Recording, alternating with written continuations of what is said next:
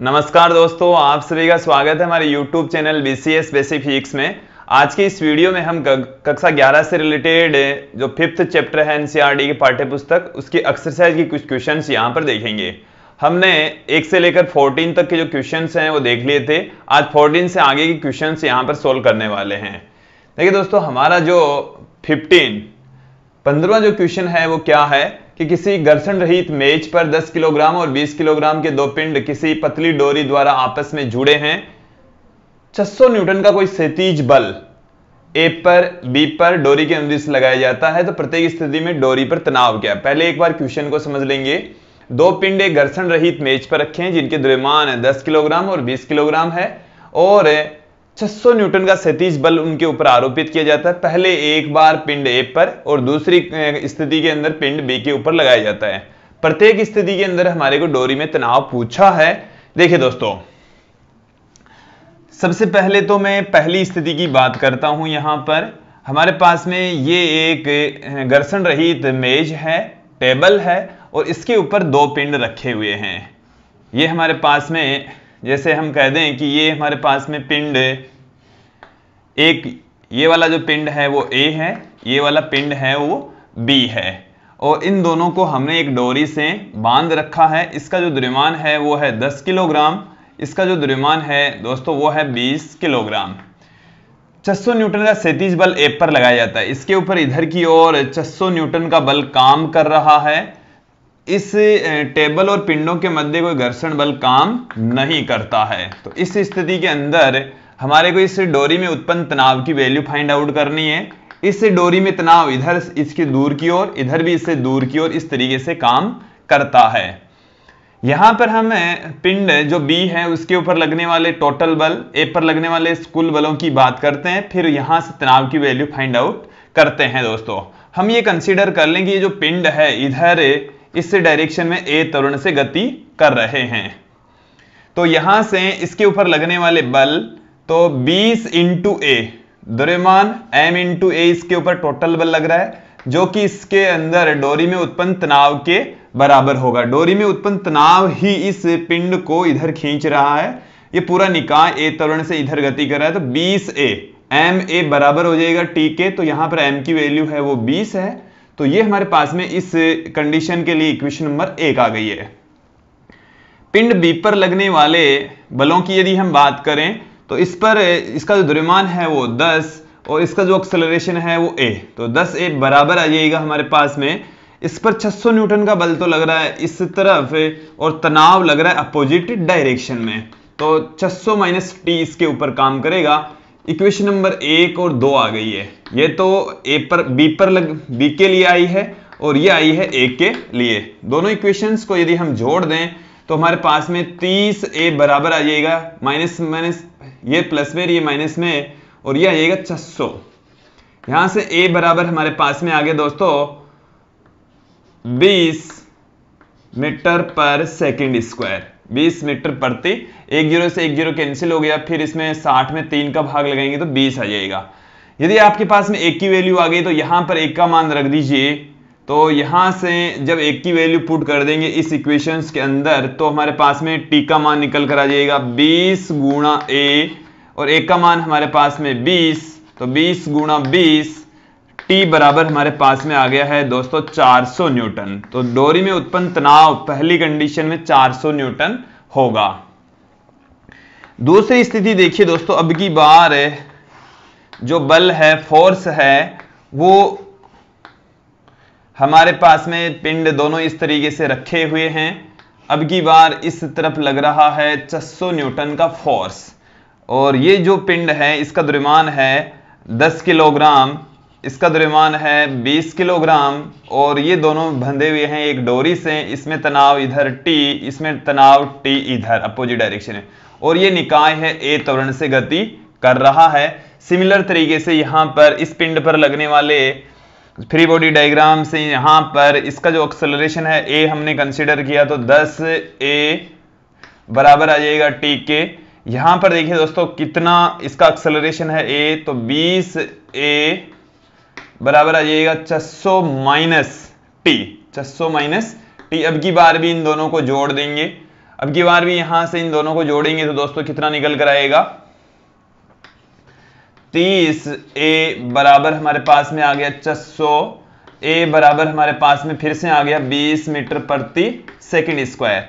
यहां पर दोस्तों A की वैल्यू आ चुकी है, तनाव कितना आ जाएगा, तनाव T बराबर है 10A, A की वैल्यू रख दीजिए 20, तो 10 गुणा 20 ये हमारे पास में आ गया 200 न्यूटन। इस स्थिति में डोरी में जो तनाव है वो 200 न्यूटन, इस स्थिति में जो तनाव है दोस्तों 400 न्यूटन आया। तो दोनों स्थितियों में हमने डोरी में उत्पन्न जो तनाव है उसकी वैल्यू फाइंड आउट कर ली है।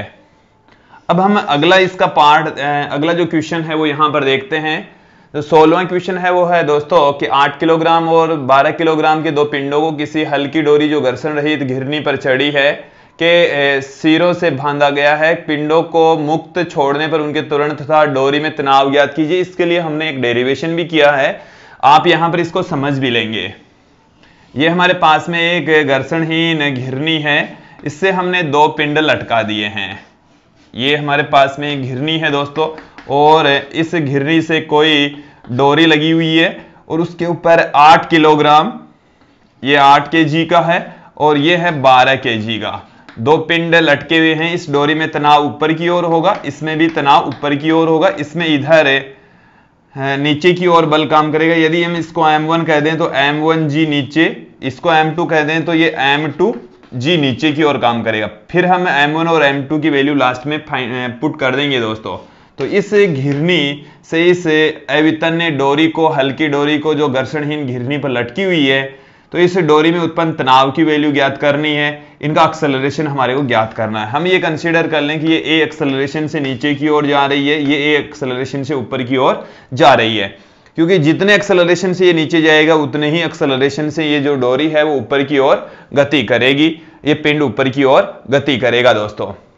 तो यहां पर इस पर लगने वाले जो बलों की हम बात करें तो इस पर इसका जो टोटल बल है वो हो जाएगा M1A, जो कि ऊपर की ओर लगने वाले बल माइनस में नीचे की ओर लगने वाले बल के बराबर।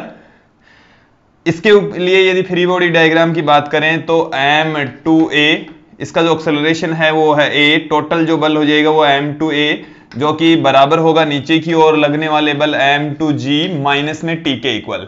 दोनों इक्वेशंस को यदि हम यहां पर जोड़ दें तो A बराबर हमारे पास में निकल कर आएगा, एक बार इन दोनों को जोड़ दें तो A यहां से हम कॉमन ले लें। चलिए एक बार तो हमें इस तरीके से इक्वेशन नंबर, इसको हम 1 कह दें, इसको इक्वेशन नंबर 2 कह दें। 1 + 2 से हम पुट कर रहे हैं दोस्तों M1A + M2A बराबर T, ये माइनस में ये प्लस में कट जाएगा, यहां से आ गया हमारे पास में M2G माइनस में M1G। A बराबर हमारे पास में आ गया है M2 - M1 upon M1 + M2 into में G। ये हमारे पास में वैल्यू आ गई है दोस्तों A की। यहां से T की वैल्यू यदि आप देखना चाहें तो T बराबर समीकरण 1 से हम क्या पुट कर देंगे, समीकरण 1 से देखिए दोस्तों T की वैल्यू कितनी निकल कर आ रही है। T बराबर हमारे पास में आ जाएगा M1A + M1G। तो यहां से A की वैल्यू रख दीजिए M1, A की वैल्यू है हमारे पास में M2 - M1 upon M1 + M2 into G + M1G। यहां से देखिए दोस्तों जब इसको कैलकुलेट करेंगे तो हमारे पास में क्या निकल कर आएगा, इसको इससे गुणा करेंगे तो M1 M2 हो जाएगा, और इसको इससे गुणा करेंगे तो M1 का स्क्वायर हो जाएगा। ये जब भी इससे गुणा करेंगे तो ये भी यहां से M1 का स्क्वायर हो जाएगा, जो इससे कट जाएगा, और ये M1 M2 हो जाएगा, ये M1 M2 पढ़ाइए 2 टाइम्स हो जाएगा दोस्तों। तो इसकी जब कैलकुलेशन करेंगे तो हमारे पास में क्या आएगा, 2 M1 M2 upon M1 + M2 into में G। वैसे हम ये जो तनाव और एक्सेलरेशन का फॉर्मूला है डेरिवेशन में बता चुके हैं, इनके लिए अलग से वीडियो भी बना चुके हैं दोस्तों। अब यहां पर हम A की और T की वैल्यू इनके सूत्रों में पुट कर देंगे तो हमारे पास में एक्सेलरेशन और T तनाव आ जाएगा। देखिए दोस्तों पहले यहां पर मैं तनाव की वैल्यू पुट कर देता हूं। T बराबर M1 की जो वैल्यू है दोस्तों वो हमारे पास में है 8 गुणा में 12 बट्टे में 8 + 12 गुणा में 10। तो यहां से तनाव की वैल्यू कितनी निकल कर आएगी दोस्तों, कि 2 गुणा में 8 गुणा में 12 बट्टे में आ गया 20, एक गुणा में 10 पढ़ाई है, 1 0 से 1 0 कैंसिल हो गया, 2 से 2 कैंसिल हो गया, 12 को 8 से गुणा करेंगे तो हमारे पास में तनाव की वैल्यू आ जाएगी 96 न्यूटन। यहां से एक्सेलरेशन यदि हम फाइंड आउट करना चाहें तो यहां से आप देखिए दोस्तों, ए बराबर आपके पास में कितना आएगा, 12 माइनस 8 बट्टे में 12 प्लस 8 इंटू में 10। तो यहां से 12 माइनस में 8 जो वैल्यू है वो कितनी हो जाएगी, 12 माइनस 8 करेंगे तो आपके पास में ये 4 आ गया, 4 बट्टे में 20 गुणा में 10। तो 1 0 से 1 0 इसमें भाग लगाएंगे तो एक की वैल्यू हमारे पास में 2 मीटर पर सेकंड स्क्वायर आ गई है दोस्तों। तो ये हमारे पास में वैल्यू आ गई है ए की, उससे पहले हमने वैल्यू निकाली थी टी की। अब हम देखेंगे अगला क्वेश्चन दोस्तों। अब यहां पर हम क्वेश्चन नंबर 17 और 18 यहां पर देखेंगे। 17वां जो क्वेश्चन है वो क्या है, प्रयोगशाला निर्देश तंत्र में कोई नाभिक विराम में है, यदि यह नाभिक के 2 छोटे नाभिकों में विघटित हो जाता है, टूट जाता है, तो यह दर्शाए कि उत्पाद विपरीत दिशाओं में गति करना चाहिए। देखिए दोस्तों, इसको आप समझ लेंगे कि हमारे पास में ये कोई बड़ा नाभिक है और ये विघटन होने से पहले की स्थिति है, विघटन होने से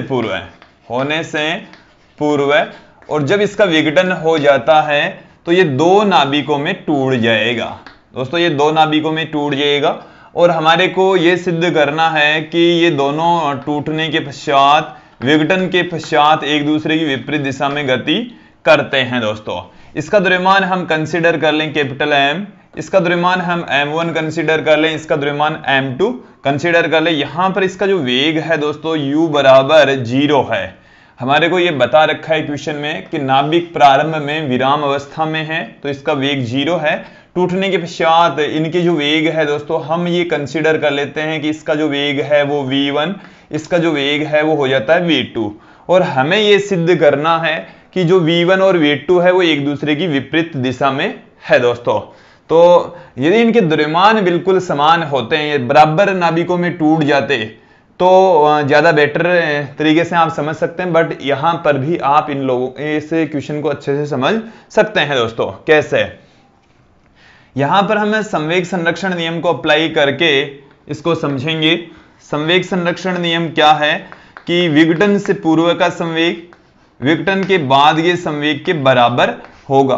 तो संवेग संरक्षण नियम से, तो विघटन होने से पूर्व का इनका जो संवेग है दोस्तों m इंटू यू, तो विघटन से पूर्व का जो संवेग है वो कितना होगा, विघटन से पूर्व का संवेग जो कि m इंटू यू बराबर 0, क्योंकि u का मान यहां पर कितना है दोस्तों 0।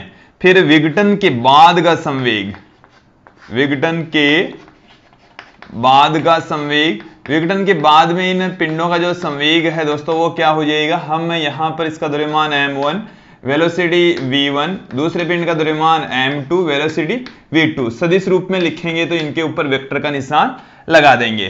तो संवेग संरक्षण नियम से क्या आ जाएगा आपके पास में कि 0 विघटन से पूर्व का संवेग बराबर होगा विघटन के बाद का संवेग के, तो m1 v1 वेक्टर प्लस में m2 v2 वेक्टर हमारे पास में आ गया है दोस्तों। इसको बराबर के दूसरी तरफ ले आएंगे तो हमारे पास में क्या निकल कर आएगा, इसको बराबर के दूसरी तरफ ले आएंगे तो दोस्तों m1 v1 वेक्टर बराबर हमारे पास में आ गया माइनस में m2 v2 वेक्टर।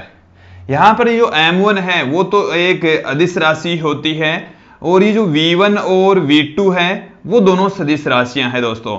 ये जो नेगेटिव साइन है वो हमें ये बता रहा है, इसको हम इस तरीके से भी पुट कर सकते हैं कि v1 इक्वल टू माइनस में m2 अपॉन में m1 इंटू में v2 वेक्टर।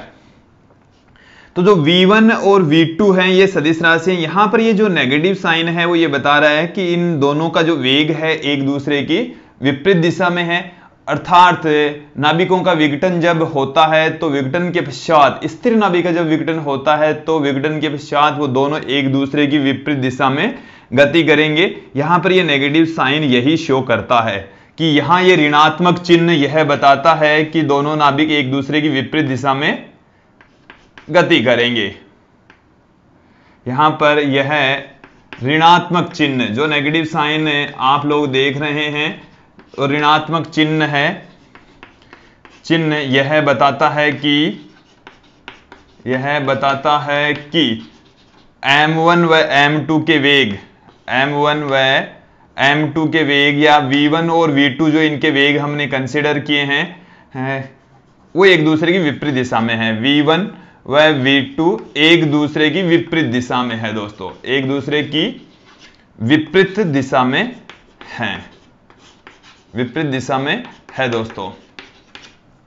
यहां से इस क्वेश्चन का सॉल्यूशन हमारे को सिद्ध करना था कि दोनों जो पार्टिकल है, दोनों नाभिक है, विघटन होने के पश्चात एक दूसरे की विपरीत दिशा में गति करनी चाहिए, वो हमने यहां पर शो कर दिया है दोस्तों। अगला जो क्वेश्चन है 18वां क्वेश्चन, वो देखेंगे। दो बिलियर्ड गेंदें जिनमें प्रत्येक की सहती 0.05 किलोग्राम है, 6 मीटर प्रति सेकंड की चाल से विपरीत दिशाओं में गति करते हुए संघट करती है। संघट का मतलब है टक्कर, और संघट के पश्चात उसी चाल से वापस लौटती है। प्रत्येक गेंद पर दूसरी गेंद कितना आवेग लगाती है, ये हमें ज्ञात करना है। पहले एक बार क्वेश्चन को समझ लेंगे। ये हमारे पास में दो गेंदें हैं और दोनों एक दूसरे की विपरीत दिशा में गति करती हुई टक्कर करती है। ये टक्कर से पहले की बातें हैं, टक्कर से पूर्व। फिर जब टक्कर हो जाती है दोस्तों, तो दोनों जो गेंदें हैं वो एक दूसरे की विपरीत दिशा में फिर से गति करने लगती है। ये टक्कर के बाद की बातें हैं, टक्कर के पश्चात की बातें हैं। इसका जो द्रव्यमान है वो m, इसका भी द्रव्यमान m। द्रव्यमान यहां पर सेम है और इनका वेग भी दोस्तों सेम है, बस केवल डायरेक्शन अपोजिट है। इसका वेग है 6 मीटर प्रति सेकेंड, इसका भी वेग है 6 मीटर प्रति सेकेंड। टक्कर के बाद में भी इनका वेग वही रहता है, वेग में कोई परिवर्तन नहीं आता है दोस्तों। हमें यहां पर पूछा है, केवल डायरेक्शन बदलती है। टक्कर के पश्चात इसका वेग पहले इधर था, टक्कर के पश्चात इधर हो गया। पहले इस पिंड का वेग इधर था और इस गेंद का वेग टक्कर के बाद में अपोजिट डायरेक्शन में हो गया। द्रव्यमान नहीं बदल रहा है, वेग का परिमाण नहीं बदल रहा है, वेग की सिर्फ डायरेक्शन बदल रही है। हमें निकालना है प्रत्येक गेंद के आवेग में कितना आवेग होगा। इनका जो आवेग होगा दोस्तों वो इनके संवेग में परिवर्तन के बराबर होता है, और इस गेंद का आवेग उतना ही होगा जितना इस गेंद का आवेग होगा। तो यहां पर देखिए दोस्तों हम क्या करेंगे, तो प्रत्येक गेंद का आवेग, और जो आवेग होता है वो होता है संवेग में परिवर्तन, संवेग में परिवर्तन के तुल्य होता है। तो यहां पर हम इस गेंद के लिए यदि हम आवेग निकाल लें तो दूसरी गेंद का भी आवेग उतना ही होगा। आवेग को हम J या I से पुट करते हैं, जो कि संवेग में परिवर्तन डेल्टा P से लिखा जाता है, m v माइनस u से लिखा जाएगा। v होता है अंतिम वेग, u होता है प्रारंभिक वेग। और यहां पर देखिए दोस्तों m की जो वैल्यू है, गेंद का जो द्रव्यमान है 0.05 किलोग्राम, u यहां पर है इनका प्रारंभिक वेग, u इस डायरेक्शन में है, इस डायरेक्शन वाले वेग को हम नेगेटिव में ले लें तो माइनस में 6 मीटर प्रति सेकेंड, और v का जो मान है वो दोस्तों इधर है, ये v है इस गेंद के लिए। प्रारंभिक वेग इस डायरेक्शन में, अंतिम वेग इस गेंद का इस डायरेक्शन में, तो इसका वेग हो जाएगा पॉजिटिव में 6 मीटर प्रति सेकेंड। हम केवल इस गेंद के आवेग की वैल्यू यहां पर फाइंड आउट कर रहे हैं। तो m यहां पर क्वेश्चन में दे रखा है, u की वैल्यू इस डायरेक्शन में तो हमने नेगेटिव में ले ली, v की वैल्यू इस डायरेक्शन में तो इसकी हमने पॉजिटिव ले लिया।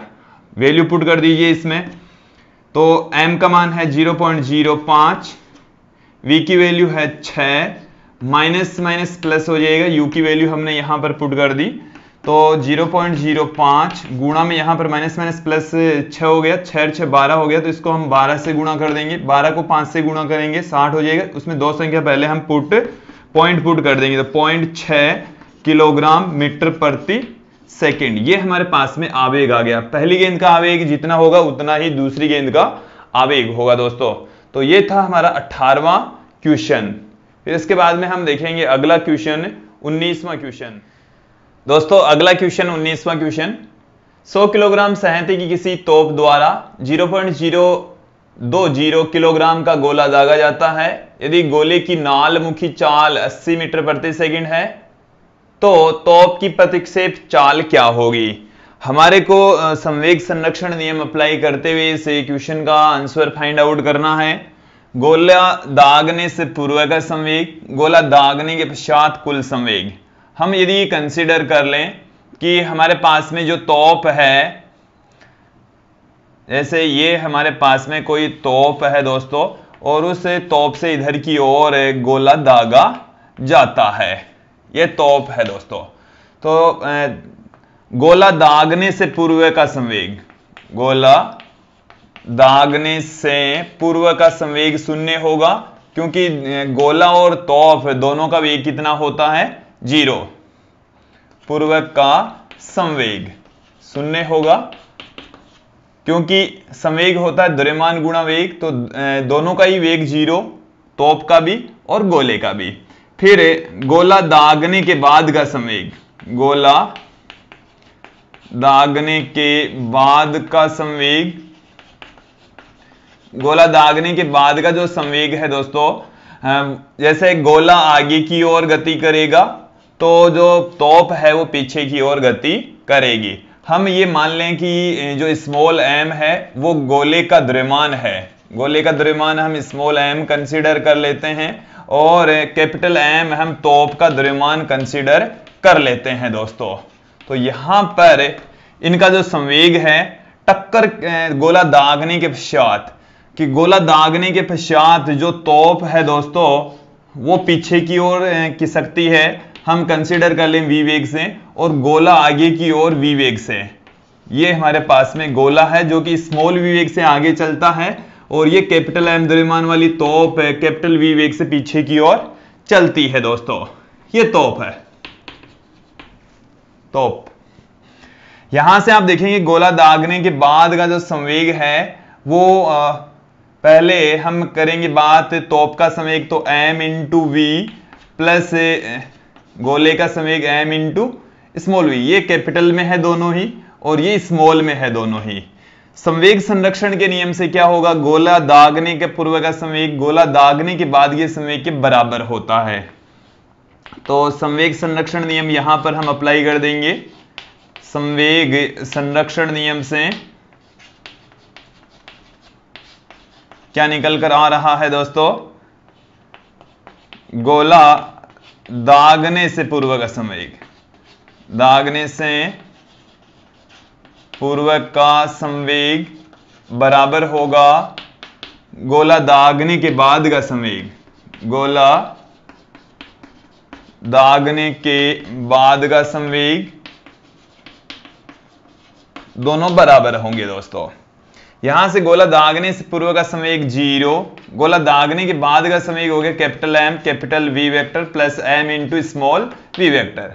हमारे को इस क्वेश्चन में पूछा है तोप की प्रतिक्षेप चाल क्या होगी। जब गोला आगे की ओर चलेगा तो तोप पीछे की ओर गति करेगी, और उस पीछे की ओर थोड़ी सी खिसकती है, उस वेग को हम कहते हैं प्रतिक्षेप वेग, प्रतिक्षेप चाल। तो यहां से m इंटू वी वेक्टर बराबर आ जाएगा m into small v vector, और कैपिटल V बराबर आ जाएगा हमारे पास में। यहां से देखिए दोस्तों, small m capital M into में v वेक्टर, ये हमारे पास में चाल का फॉर्मूला आ जाएगा प्रतिक्षेप चाल का। तोप की प्रतिक्षेप चाल माइनस में m इंटू अपॉन में m into small v upon में कैपिटल M। जो क्वेश्चन में दिया हुआ है सबकी वैल्यू पुट कर दीजिए। स्मॉल m है यहाँ पर गोले का द्रव्यमान, जो कि हमारे पास में 0.02 है। v की जो वैल्यू है, गोले की जो नाल मुखी चाल है वो 80 दे रखी है। तोप का जो द्रव्यमान है वो 100 दे रखा है दोस्तों। एक 0 से एक 0 कट गया। जब इन दोनों को आपस में मल्टीप्लाई करेंगे तो माइनस में 0.16 अपॉन में 10, एक संख्या पहले और इधर पॉइंट पुट कर देंगे तो माइनस में 0.016 मीटर प्रति सेकंड। ये हमारे पास में तोप की प्रतिक्षेप चाल आएगी। ये दोस्तों है तोप की प्रतिक्षेप चाल। तो आज के इस वीडियो में इतना ही। धन्यवाद दोस्तों।